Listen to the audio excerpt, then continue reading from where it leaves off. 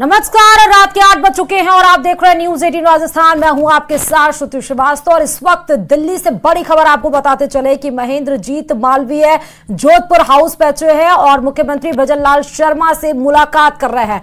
बड़ी खबर आपको बता रहे हैं, जहां पर राजस्थान कांग्रेस नेताओं की बीजेपी में ज्वाइनिंग को लेकर भी यह बड़ी खबर है। बड़ी खबर आपको बता रहे हैं, महेंद्रजीत मालवीय जोधपुर हाउस पहुंचे हैं, सीएम भजनलाल शर्मा से मुलाकात कर रहे हैं और नेताओं की बीजेपी में ज्वाइनिंग को लेकर भी यह बड़ी खबर है, क्योंकि कल ऐसी खबर आई है कि कल बीजेपी में बड़े स्तर पर ज्वाइनिंग हो सकती है। किसी भी पार्टी, चाहे वो कांग्रेस को, चाहे वो बीएसपी को, सपा को हो, अन्य पार्टियों से लोग दामन छोड़कर बीजेपी का दामन थामने के लिए तैयार। और उस क्रम में कांग्रेस के बड़े दिग्गज नेता, जाट के बड़े मशहूर नेता और मौजूदा विधायक हैं बागीदौरा से महेंद्रजीत मालवीय, वो जोधपुर हाउस पहुंचे हैं, सीएम भजनलाल से मुलाकात कर रहे हैं और नेताओं की बीजेपी में ज्वाइनिंग को लेकर भी ये बड़ी खबर आपको बता रहे हैं।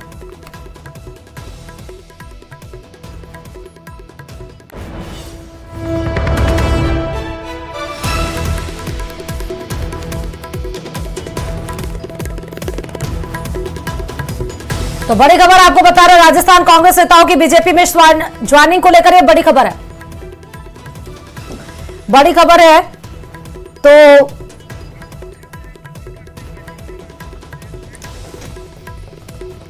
और एक और दिल्ली से बड़ी खबर आपको इस बीच में बता रहे हैं, जहां पर कल से बीजेपी में बड़े स्तर पर ज्वाइनिंग अभियान शुरू होगा। कई दलों के बड़े नेता बीजेपी में शामिल होंगे, बीजेपी के संपर्क में बताए जा रहे हैं। समाजवादी पार्टी के, बहुजन समाज पार्टी, कांग्रेस समेत कई दलों के नेता बीजेपी के संपर्क में बताए जा रहे हैं। वर्तमान विधायक और सांसद भी बीजेपी के संपर्क में हैं। पार्टी की ज्वाइनिंग कमेटी जल्द ही उन पर फैसला लेकर पार्टी में शामिल कराएगी। यानी बीजेपी का जो टारगेट है इस बार लोकसभा 2024 में बीजेपी 370, एनडीए 400 पार। उसके साथ ही साथ जहां पर वोटों की गिनती की बढ़त बनाती हुई बीजेपी इस बार टारगेट बनाई हुई है, तो अपने कुनबे को भी एनडीए इस बार बढ़ा रहा है। और इस क्रम में अब अन्य पार्टियों के तहत जो भी बड़े नेता आना चाह रहे हैं बीजेपी के दामन में, उस सबको बटोरने की कोशिश में बीजेपी की कवायद अब तेज हो चुकी है। बता दें कि इस क्रम में चाहे वो सपा के हो, बसपा के, कांग्रेस के कई बड़े दिग्गज नेता वो बीजेपी का दामन थामने के तैयार है। इस खबर पर हमारे संवाददाता लखबीर जुड़े हुए हैं। लखबीर, दो बड़ी खबरें इस वक्त दिल्ली से आ रही हैं। पहले ये महेंद्रजीत मालवीय जोधपुर हाउस पहुंचे, सीएम भजनलाल शर्मा से मुलाकात कर रहे हैं। ये मुलाकात किन मायनों में अहम है? दूसरा, बीजेपी में बड़े स्तर पर ज्वाइनिंग होने वाली है। जी बिल्कुल, देखिए इस वक्त की सबसे बड़ी खबर है कि महेंद्रजीत मालवीय जो हैं वो जोधपुर हाउस पहुंचे हैं और मुख्यमंत्री मुख्यमंत्री भजनलाल शर्मा से मुलाकात कर रहे हैं। बीते करीब 3 दिनों से ये चर्चाएं थी कि मुख्यमंत्री ये जो आदिवासी नेता है महेंद्रजीत सिंह मालवीय, उनकी ज्वाइनिंग किसी भी वक्त भारतीय जनता पार्टी में हो सकती है। लेकिन बीजेपी राष्ट्रीय परिषद की बैठक थी, ऐसे में तमाम तरीके के कयास लगाए जा रहे थे कि इस बैठक के समापन के बाद किसी भी समय ज्वाइनिंग हो सकती है। और अब भजनलाल शर्मा से मुलाकात करना ये स्पष्ट करता है कि किसी भी समय महेंद्रजीत मालवीय भारतीय जनता पार्टी का दामन थाम सकते हैं। और न केवल महेंद्रजीत मालवीय बल्कि राजस्थान कांग्रेस के करीब आधा दर्जन ऐसे नेता हैं जो कि इस वक्त भारतीय जनता पार्टी के संपर्क में है। और इस प्रकार की हरी झंडी भी अब मिल गई है कि लोकसभा चुनाव से पहले तमाम विभिन्न विचारधाराओं से ताल्लुक रखने वाले नेता जो हैं वो आगे आने वाले दिनों में भारतीय जनता पार्टी में शामिल होंगे। उसी एपिसोड में ये बड़ी खबर है कि महेंद्रजीत सिंह मालवीय की इस वक्त एक अहम और महत्वपूर्ण मंत्रणा हो रही है मुख्यमंत्री भजनलाल शर्मा से। हालांकि इस ज्वाइनिंग प्रकरण में एक सबसे बड़ी जानकारी भी है, सबसे बड़ी अपडेट भी है, जो कि अब हम हमारे दर्शकों को बताएंगे कि महेंद्रजीत सिंह मालवीय के भारतीय जनता पार्टी का दामन थामने को लेकर बीजेपी का एक धड़ा कहीं ना कहीं नाराज है और संघ लोबी ने भी इसका विरोध दर्ज करवाया है। क्योंकि महेंद्रजीत सिंह मालवीय की अब तक की जो छवि है वो बाहुबली नेता की मानी जाती है। वो लगातार संघ और बीजेपी विचारधारा का विरोध करते आए हैं। ऐसे में जो नेता भारतीय जनता पार्टी के स्थानीय नेता हैं, जिन्होंने लगातार वागड़ में भारतीय जनता पार्टी की मजबूती के लिए काम किया है, वो तमाम नेता महेंद्रजीत सिंह मालवीय की बीजेपी ज्वाइनिंग को लेकर लगातार विरोध दर्ज करा रहे हैं और उसका संज्ञान प्रदेश बीजेपी आलाकमान ने लिया भी है। ऐसे में इस बात पर अतिशयोक्ति नहीं है कि महेंद्रजीत सिंह मालवीय के बीजेपी में शामिल होने पर खटाई भी पड़ सकती है। लेकिन प्रदेश बीजेपी लगातार उनसे संपर्क में है और इस वक्त उनकी महत्वपूर्ण मुलाकात नहीं, हो रही है। मैं आपको एक मिनट रोकना चाहूंगी। एक बहुत बड़ी आपने ये जानकारी दी है कि महेंद्रजीत सिंह मालवीय के ज्वाइनिंग होने से जो स्थानीय नेता हैं आरएसएस के, जो वहां पर कार्यकर्ता हैं, वो नाराज चल रहे हैं क्योंकि एक बाहुबली नेता के रूप में है और विचारधारा बिल्कुल विपरीत थी आरएसएस और बीजेपी के। लेकिन क्या इस डैमेज को कंट्रोल करने के लिए बीजेपी तैयार रहेगी अगर होता है तो? जी निश्चित रूप से देखिए, इस वक्त भारतीय जनता पार्टी विश्व की सबसे बड़ी राजनीतिक पार्टी है। प्रधानमंत्री नरेंद्र मोदी का चेहरा, सबसे पॉपुलर चेहरा उनके पास है और उसी स्ट्रैटेजी के तहत तमाम चुनाव में पार्टी आगे बढ़ती भी है।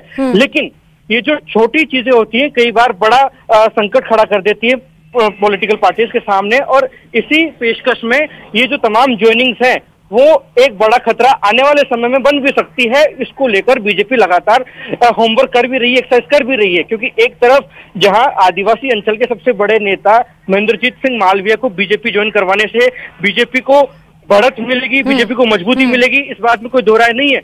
लेकिन जब खुद के कुनबे, खुद के परिवार के लोग ही नाराज हो जाएंगे और हो सकता है कि आगे आने वाले दिनों में अगर वो विरोध दर्ज करवाते हैं महेंद्रजीत सिंह मालवीय के बीजेपी ज्वाइनिंग का, तो उसका डैमेज कंट्रोल क्या हो, उसको लेकर भी Bharatiya Janata party parallel exercise कर रही है। और इसीलिए अभी तक ज्वाइनिंग करवाई भी नहीं गई है महेंद्रजीत सिंह मालवीय की, क्योंकि पूरा फाइनल टच दिया जा रहा है, पूरी फाइनल एक्सरसाइज की जा रही है। आप बने रहिए, लेकिन हमारे साथ इस बीच में दिल्ली से विनीत भी हमारे साथ जुड़ चुके हैं। विनीत, बड़ी खबर ये आ रही है दिल्ली से, बीजेपी में महाअधिवेशन समाप्त होने बाद 2 दिन का ये समारोह, कल 19 तारीख, बहुत बड़ा दिन है बीजेपी के लिए और विपक्षियों के ऊपर एक जोरदार तमाचा।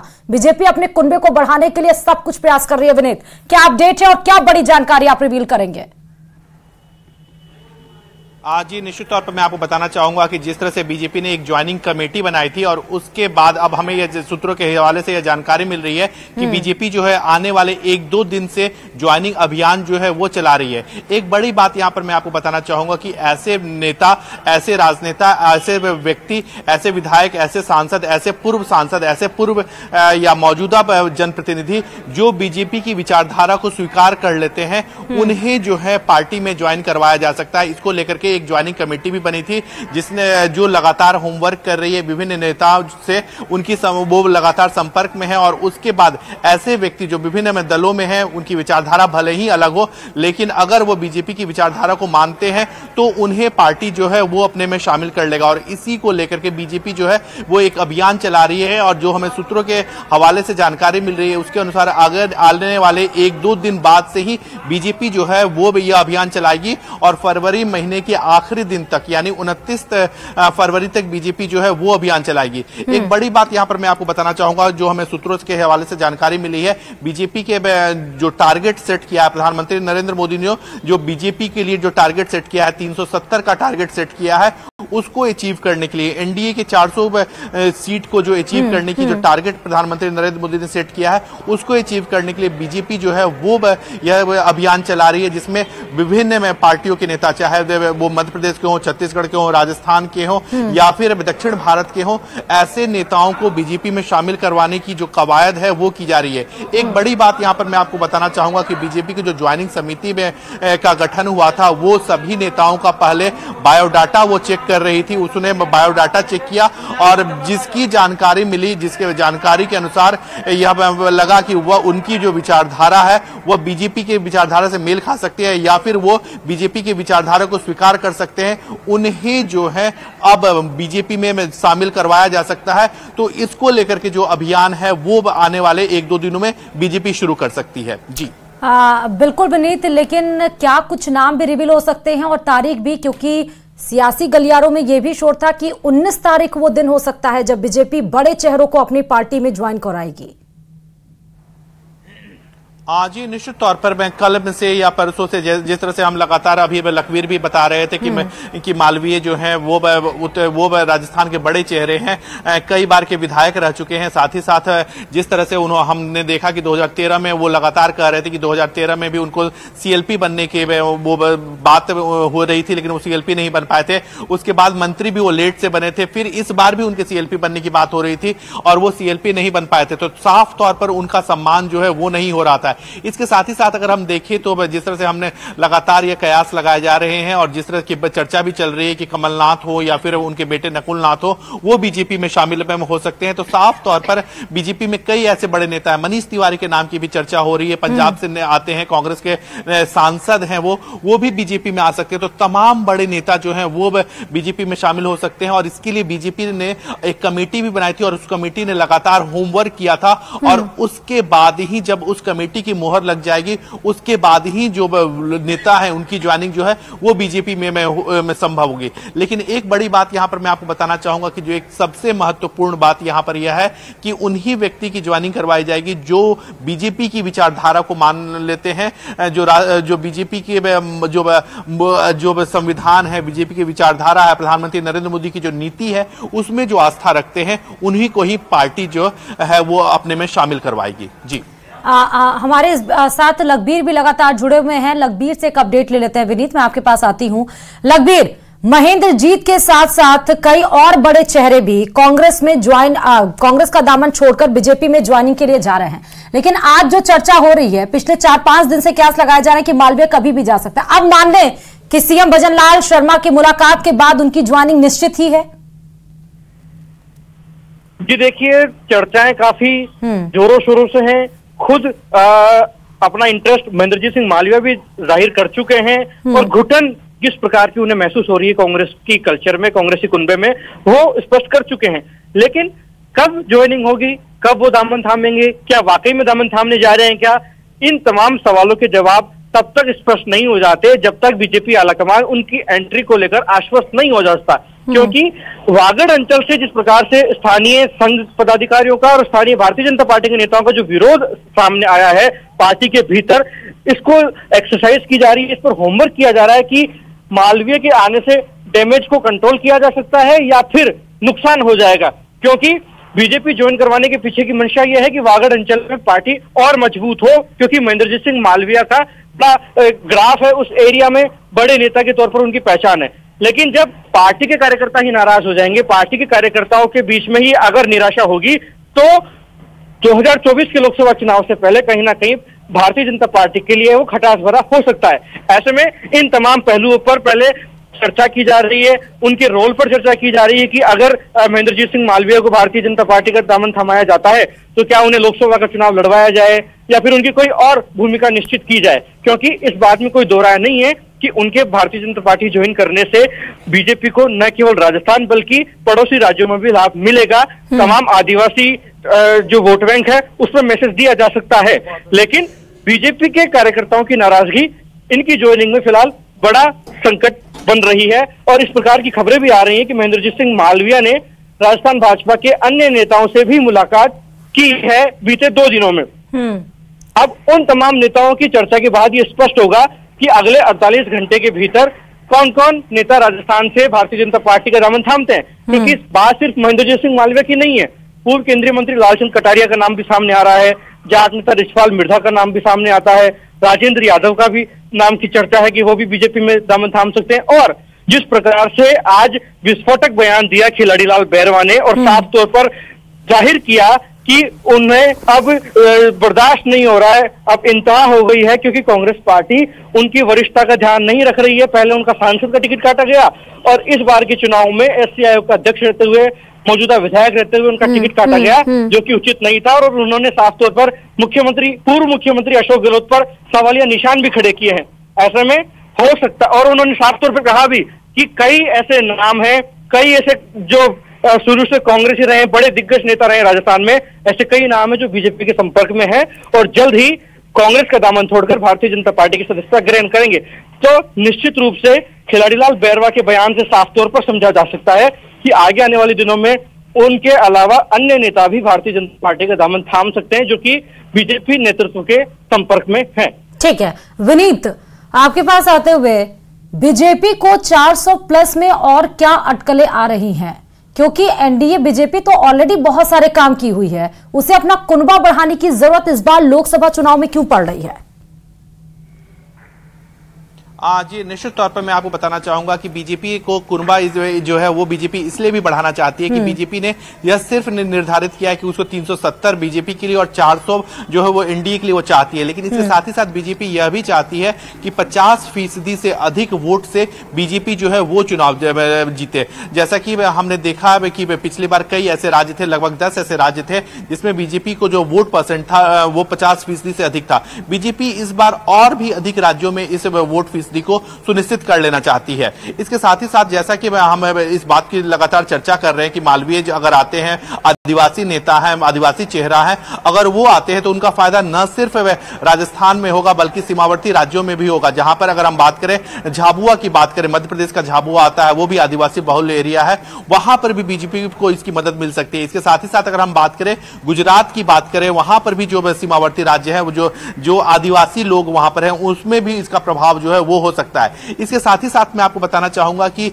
बीजेपी जो है वो राजस्थान के कुछ डाट नेताओं को भी अपने में पार्टी में शामिल करवाना चाहती है, जिसका फायदा न सिर्फ राजस्थान में हो बल्कि जिसका फायदा जो है वो वहां के जो सीमावर्ती राज्य हैं, हरियाणा, वहां पर भी जो जाट लोग हैं उन पर इसका प्रभाव पड़े, जिसका फायदा जो है आने वाले लोकसभा चुनाव में हो। इसके साथ ही साथ अगर हम बात करें पश्चिमी उत्तर प्रदेश की बात करें, वहां पर भी जाट बहुल एरिया में बीजेपी के अगर कोई जाट नेता शामिल होता है, उसका प्रभाव जो है या उसका फायदा जो है वो बीजेपी उठा सकती है। तो बीजेपी न सिर्फ इस बार जीत में सुनिश्चित करना चाहती है बल्कि अपनी जीत को 50% तक ले जाना चाहती है अपने वोट परसेंटेज। नहीं तो विनीत, क्या आपको लग रहा है, वन सेकंड निर्णायक सरकार आपको ये लग रहा है कि बीजेपी की जो स्ट्रैटेजी है, क्योंकि 1989 से बीजेपी ही वो हाईएस्ट पार्टी रही है जिसने 37.36% यानी 37.36% 1989 से सबसे बड़ी पॉलिटिकल पार्टी 2019 में उभर कर आई जिसने वोटिंग कास्ट परसेंट रिसीव किया है।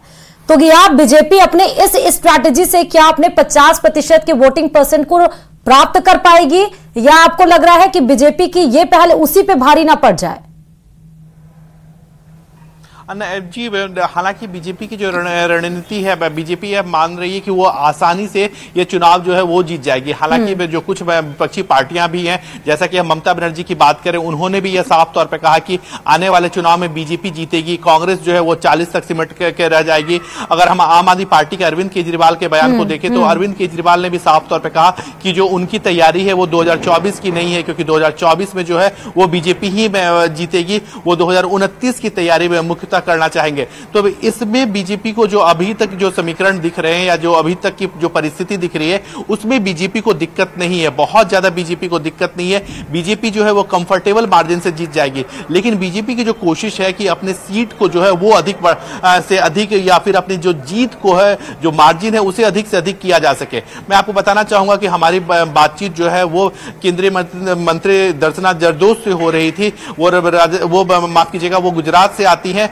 उनसे जब हम आज बात कर रहे थे तो उन्होंने एक बड़ी बात यहां पर कही थी कि अगर हम 2014 की बात करें, 2019 की बात करें, गुजरात में बीजेपी ने 26 की 26 सीट जो है वो बीजेपी ने जीती है, लेकिन इस बार पार्टी ने लक्ष्य निर्धारित किया है कि जो जीत का मार्जिन है वो 5 लाख से अधिक का हो।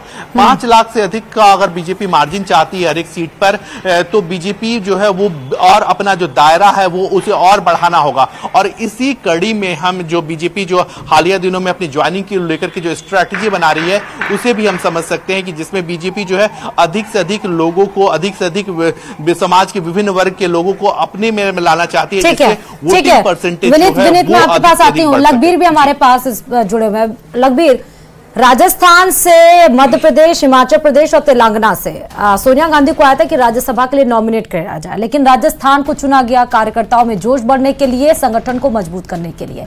लेकिन बैरवा का जिस तरह स्टेटमेंट आया कि उनके राजस्थान से नॉमिनेट होने से कार्यकर्ता नाराज हैं, इस डैमेज को बीजेपी तो अपना कुनबा बढ़ा रही है, अपने टारगेट को कंप्लीट कर रही है, अपने मैनेजमेंट के लिए जो जानी जाती है वो बीजेपी काम कर रही है, लेकिन विपक्ष क्या कर रहा है? कांग्रेस कैसे संभालेगा 2024 का लोकसभा चुनाव? जी देखिए, निश्चित रूप से बहुत उम्दा सवाल आपका है, क्योंकि सोनिया गांधी लगातार लोकसभा का चुनाव लड़ती आई हैं रायबरेली से, और इस बार वो राजस्थान से राज्यसभा के लिए नामित की गई हैं और उनका चुनाव जीतना लगभग तय भी है, क्योंकि उस अकॉर्डिंग कांग्रेस के पास बहुमत विधानसभा में है। लेकिन कांग्रेस पार्टी के कार्यकर्ताओं में एक तरफ एक धड़ा तो ये दावा करता है कि सोनिया गांधी के राजस्थान जाने से वहां की लीडरशिप मजबूत होगी, कार्यकर्ताओं की एक्सेसिबिलिटी बढ़ेगी और कार्यकर्ताओं में एक नया संचार होगा ऊर्जा का लोकसभा चुनाव से पहले। लेकिन खिलाड़ीलाल बेरवा ने आज साफ तौर पर कहा कि जो गांधी परिवार राजनीति की मिसाल था, आज वही गांधी परिवार सेफ सीट क्यों तलाश रहा है, क्यों ना इन्हें लोकसभा का चुनाव लड़ना चाहिए था, क्यों आम कार्यकर्ता का जो हक है उसको मारा गया है। मतलब साफ तौर पर आलाकमान पर जिस प्रकार से सवालिया निशान खड़े किए गए हैं, निश्चित रूप से आगे आने वाले दिनों में विरोधी स्वर भी उठेंगे और निश्चित रूप से भारतीय जनता पार्टी लोकसभा चुनाव से पहले ठीक है इस प्रकार के बयानों को बड़ा मुद्दा बनाएगी और इसमें कोई कोर कसर नहीं होगी, क्योंकि ठीक बहुत बहुत शुक्रिया रघबीर तमाम जानकारी देने के लिए। विनीत के पास चलते हुए, विनीत, बीजेपी और कांग्रेस इस बार क्या लग रहा है, मुख्य विपक्ष के रूप में क्या कांग्रेस स्टैंड कर पा रहा है? क्योंकि इंडी गठबंधन को भी कांग्रेस संभाल नहीं पा रहा है।